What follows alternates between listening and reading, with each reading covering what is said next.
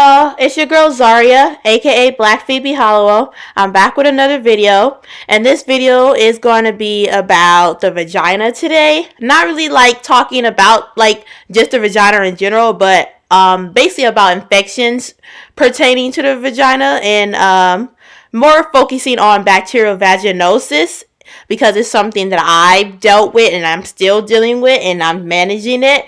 And also this video really going to be about how it affects black and brown women, Hispanic and black women in particular. So please continue to watch and support me, and also please like and subscribe. Thank you. Okay, y'all, I'm gonna just freestyle this. Like, I'm gonna just talk about my experience first with bacterial vaginosis and infections, and I'm gonna just freestyle this, y'all. Okay, so probably the first infection that I ever had regarding sex was probably just a bladder infection, and that was because my first sexual partner, he wouldn't even let me go to the bathroom, and I didn't know. Make sure you guys, let me just tell you guys, make sure you pee after sex, because you need to flush out bacteria out of your urinary tract. I might say that wrong, but you need to flush out the bacteria after you have sex.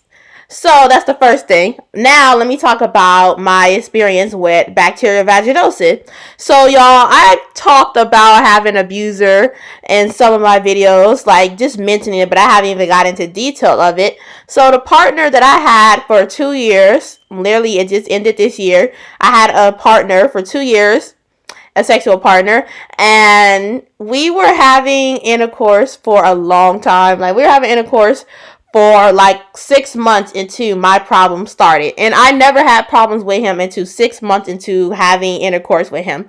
All of a sudden, I just started feeling weird. Like, I've never had an odor. That was my symptom was never an odor. It was never excessive discharge. It was never like that.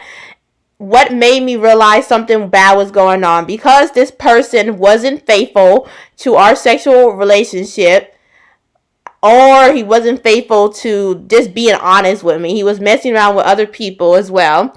So I would regularly get STD checked. I would regularly go and get my birth control, all these things. I was always at the clinic every 2 weeks. So I told this nurse practitioner, I went in one day and I told her, I don't feel like good. Not good, like it was nothing going on with me at this point. I didn't have an itch. I didn't have nothing, y'all. It was nothing going on at this point right now.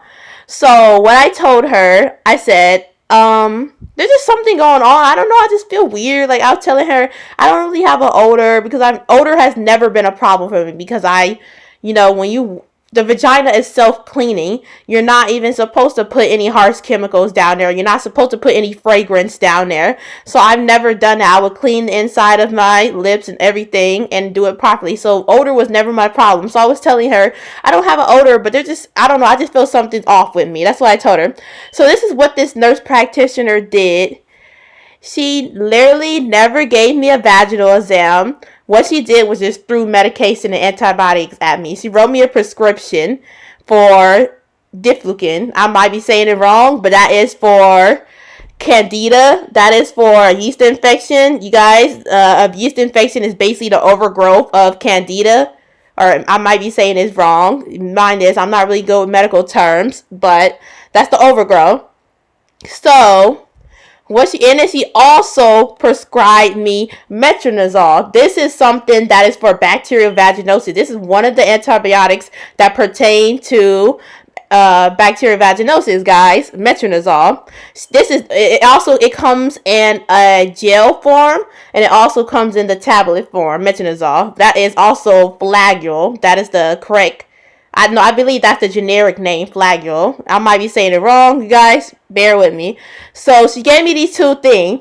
So the Diflucan, it didn't do nothing for me, y'all. This stuff, I don't know why they prescribe this for yeast infections, but it does not help at all, y'all. It does not work. I don't even know why. Yeast infection, it does not work. So what I noticed that when I was taking these two things, I developed a tickle. Like, it wasn't even like an itch. I never had an itch. I never had an odor or nothing like that, y'all. I started to feel a weird ticklish feeling down there. It would never go away, and I was just like, okay, something's going on. And I never even finished the metronidazole because it, like, metronidazole, a lot of people complain that it has a metallic taste to it, and it's really disgusting. Like, I couldn't even feel it. I couldn't even finish it. And I never liked taking Diflucan at all. I might be saying it wrong, y'all. So when she never gave me a vaginal exam, so I went back to her and I was telling her, like, it's just not working. Like, it's not working. Like, something, like, she was not helping me at all, y'all. She would give me a vaginal exam eventually, and she will say, well, I don't see anything. I don't see any excessive discharge, so it can't be bacterial vaginosis. So as a black woman, I just felt helpless. I felt like nobody was trying to help me. Like, for it, this went on for like a year, and like, I'm still suffering from it, but I'm managing it. But it was just like, it was like nobody was trying to help me at all. I'm like, I need help. I need someone to help me. Like, I just feel like black women aren't helped in the medical field. We're ignored.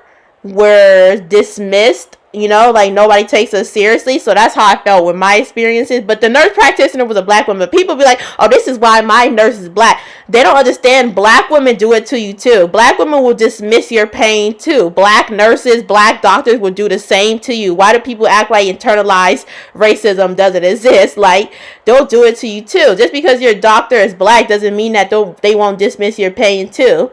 So this is what happened. So I eventually kept telling my dad that I wasn't feeling good, and I was telling my dad that I need to go to the hospital. So he went to the hospital. They tested me, and then they said it was bacterial vaginosis. I'm like, oh, finally somebody's telling me what's wrong. Alright, guys, so the way you determine if you have bacterial vaginosis, aka BV, they determine it by doing a wet mount test on you. So basically, they even do it by smell too. Like, they'll swab your vagina and, you know, just to get the discharge, and then do it by a smell. And if the cells give off a smell, they'll basically say that you have BV. So after they said that I had bacterial vaginosis, I felt relieved. I'm like, oh, okay, finally someone can treat it. So what they did, they prescribed me metronidazole gel. Now, this is the metronidazole gel. Before I was taking the tablets, like I say, and I told them also, please do not give me tablets because tablets make me sick. You know, I don't like taking pills, and that's why they gave me the gel. So the gel is basically metronidazole gel 0.75. It's a topical gel. So I used the gel, right, guys? It worked. I'm like, okay, it worked. All right, finally. But then I went back to that same partner, and I don't know what he's doing. He's out here sleeping with everybody. He's for the streets. Like, he's literally for the streets. He's doing too much. I ended up getting a reoccurrence. I'm like, oh my God. I'm like, it came back. I'm so pissed off. I'm like, and the thing is, like, with bacterial vaginosis, you're going to keep having reoccurrences because, like, your vaginal flora is, like, disturbed. So that's the thing. I'm like, okay, so this is my second reoccurrence. I believe after my second reoccurrence, I went back to the nurse practitioner. I didn't go to the hospital until later on. I went back to the hospital. And not the hospital, sorry, I apologize. The clinic that I go to, the nurse practitioner who was just throwing stuff at me, she ended up prescribing me something called, I don't know if I'm pronouncing it right, Tinidazole, okay? It's Tinidazole, okay? Let me tell y'all, this particular antibiotic is not really for bacterial vaginosis, but it can treat bacterial infections. Also, it's for a particular STD, a bacterial STD.